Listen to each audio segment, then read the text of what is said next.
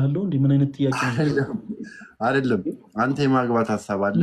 ይሄ ከስድብ አይተናነስም። ስተኝ ርቦቱ መስላለሁ እንዴ? አንተ ታገባለህ ተብሎ እንዴት ይጠየቃል? አይደለም ታገባለህ እንጂ እጮኝነት ህይወት ላይ አንተ በምትለው አሁን ለእኔ በመከርከኝ መንገድ ነው የምታልፍበት። ትልቁን ጥሩ ፖይንት አነሳ ጆሲ። ምን አለ መሰለህ፣ ይሄ ለሁሉም ሰዎች ይገዛል። ለምሳሌ የሃይማኖት አባት ለሆኑ ካህናት፣ ቀሳውስትም ጭምር ለሁሉ መምህራነ ወንጌል ለሁሉም ማለት ነው ይሆናል። ምንድን ነው ለምሳሌ ፈለገ አትናቴዎስ ስለ ትዳር፣ ስለ ጮኝነት ህይወት ከቤተ ክርስቲያን ስርዓት ጋር አያይዞ ለሰዎች አስተማረ ማለት ስናት ማለት ያ ፐርፌክት ነው ማለት አይደለም። ለላ የፈለግኩት ምንድነው መሰለ ጆሲዬ፣ ፈለገ አትናቴዎስ ቤተክርስቲያን ወደ መሬት ላይ ሲቆም የቤተክርስቲያን መምህር፣ የቤተክርስቲያን ዲያቆን ነው። በቤቱ ሲገባ ለአያቱ ዲያቆንና መምህር አይደለም፣ የልጅ ልጅ ነው። ለእህቶቼ ደግሞ ወንድም ነው። በተመሳሳይ እጮኜ ለሆነችው የወደፊት ሚስቴ ለምትሆን ሴት ደግሞ ባል ነኝ ማለት ነው። ስለዚህ ስገባ የእግዚአብሔር ቤተሰቦች እራት አቅርቡ አልልም። ገባ? እንደ ባል ነው የምታወራው ማለት ነው። ጆሲ ምን ልልህ ፈልጌ ነው፣ ካራክተር ይቀየራል። እንደ ባል ታወራለህ። ባለቤቴም ደግሞ ልክ እንደ ቤተክርስቲያን ወደ መዝለይ አትልም። እንደ ባለቤት ነው የምታወራኝ። ገብቶሃል አይደለ? ስለዚህ ምንድነው ችግር ይኖራል፣ ችግር ይፈጠራል። አንተም እንደ ባል ሆነ ስትኖር፣ እሷም እንደ ሚስት ሆና ስትኖር ችግር ይፈጠራል። ስለዚህ የኔን ችግሬን ድካሜን ሁሉ ደግሞ ተቋቁማ ደግሞ ይሄንን የምታዩትን ፈለገ አትናቴዎስ ደግሞ የበለጠ ጠንካራ የምታደርገው ደግሞ ወደፊት የምታገባው ሴት ነች ማለት ነው። ተግባባን አይደል? ወደፊት የምታገባው ሴት የበለጠ ይሄን ሰዎችን መካሪ፣ ሰዎችን ገጻሽ፣ ሰዎችን አስታራቂ የሆነውን ፈለገ አትናቴዎስ የበለጠ ደግሞ ጠንካራ እንዲሆን ታደርገዋለች። ከዛ ውጭ ግን ልክ ፈለገ አትናቴዎስ ካገባም በኋላ ትዳር ማለት ይገርምሻል፣ መጽሐፍ ቅዱስ አይላትም ማለት በሌሎች ቃላቶች ነው የሚጠራት ማለት ነው። ያቺን ሴታየ የኔ ቆንጆ ሊል ይችላል። ደግሞ አይታወቅም፣ ምንም ችግር የለውም። እሱ እንደ ጸጋው ነው ሁሉም የሚናገረው። ብቻ ግን በክርስትና ስም እንዴት ነው ወለተ ማርያም ምናምን ብሎ አይጠራትም። ገባ? እዛ ሲቆም እንደ ሰባኪ አይሆንም ነው ባጭሩ። ቤተክርስቲያን ወደ በዝላይ ፈለገ አትናቴዎስ ሰባኪ ነው። ቲክታክ ፕላትፎርም ላይ አገልጋይ ነው። ጓደኞቹ ጋር ጓደኛ ነው። አያቱ ቤት የልጅ ልጅ ነው። ለእህቶቹ ወንድም ነው። ለእናቱ ልጅ ነው፣ ለሚስቱ። ስለዚህ ልክ ቤቱ ሲገባ ከቤቱ ጣሪያ ሲል ባል ሆኖ ነው የሚገባው ማለት ነው። ይህ ሰባኪ ነኝ ምናምን፣ ይህ ቄስ ነኝ ምናምን የለም እንደዚህ የሚባል ነገር። አሁን ይኸው የላጤነት መንፈስ የሚሰማቸው ሰዎች ናቸው እንደዚህ አይነት ነገር እያደረገ።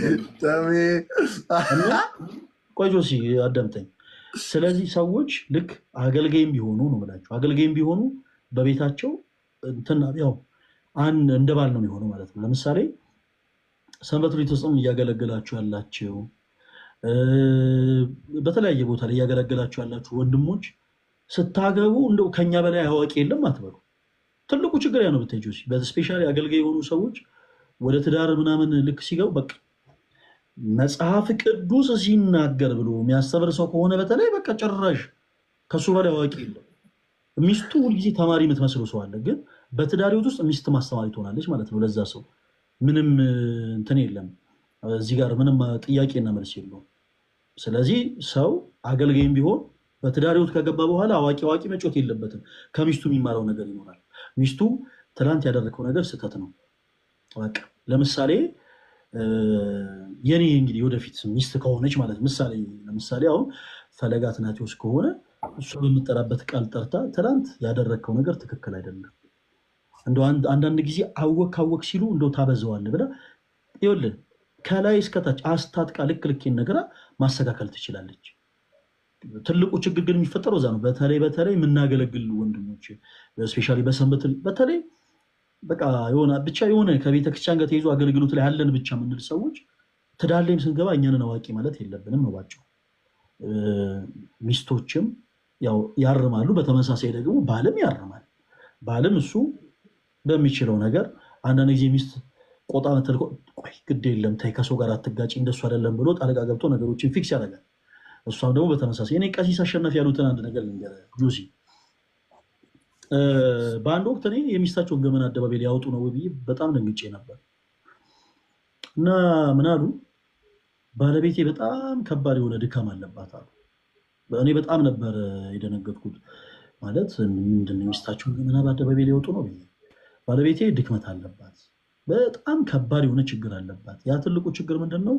ሂሳብ ለመክፈል ሊሆን ይችላል፣ በሆቴል በሬስቶራንት በትራንስፖርት ቦታ ላይ ሂሳብ ለመክፈል ሊሆን ይችላል። ቦርሷን ከፍታ ብር ከወጣች በኋላ መልስ አዘግቡ።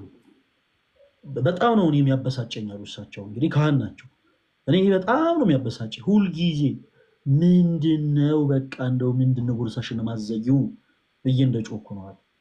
በተመሳሳይ እኔ ትልቅ ችግር አለብኝ አሉ። ትልቁ ችግር ምንድን ነው? አገልግሎት ሊኖረኝ ይችላል፣ የሆነ ፕሮግራም ሊኖረኝ ይችላል። አንድ ሸሚዝ ለመልበስ ሙሉ ቁምሳጥን ውስጥ ያለው ልብስ በአጠቃላይ ዝርክርክ አድርጌ አውጥቼ ነው ለብሰው አንድ ልብስ ለማውጣት። ኦኬ ለካ እግዚአብሔር አምላክ እኔ እና እሷን ያጋባው እኔ ልብሴን ሳዝረከርከው እርሷ በስነስርዓት አጣጥፋ ልታስቀምጥልኝ፣ እርሷም ደግሞ ቦርሷን ከፍታ ስትቶ እኔ አስተውሼ ልዘጋላት ነዋል። ስለዚህ ትዳር ላይ ማንም ፐርፌክት ሆኖ ወደ ትዳር አይገባም ነው ባጭሩ። የአገልጋይ ነኝ ምናምን የለም። ስትገባ ትታረማለህ፣ አንተ ትታረማለህ። እና ደግሞ በመሀል ብዙ የምትማማራቸው ነገሮችም ይኖራሉ። መቼም ለዚህ በአደባባይ ነገር ብዙ ነገር በእውነት ፈለገ ግን ታስተምር ማለት ነው። ትዳርን አይተው የወጣ ያክል ፊል አደርገዋለሁ።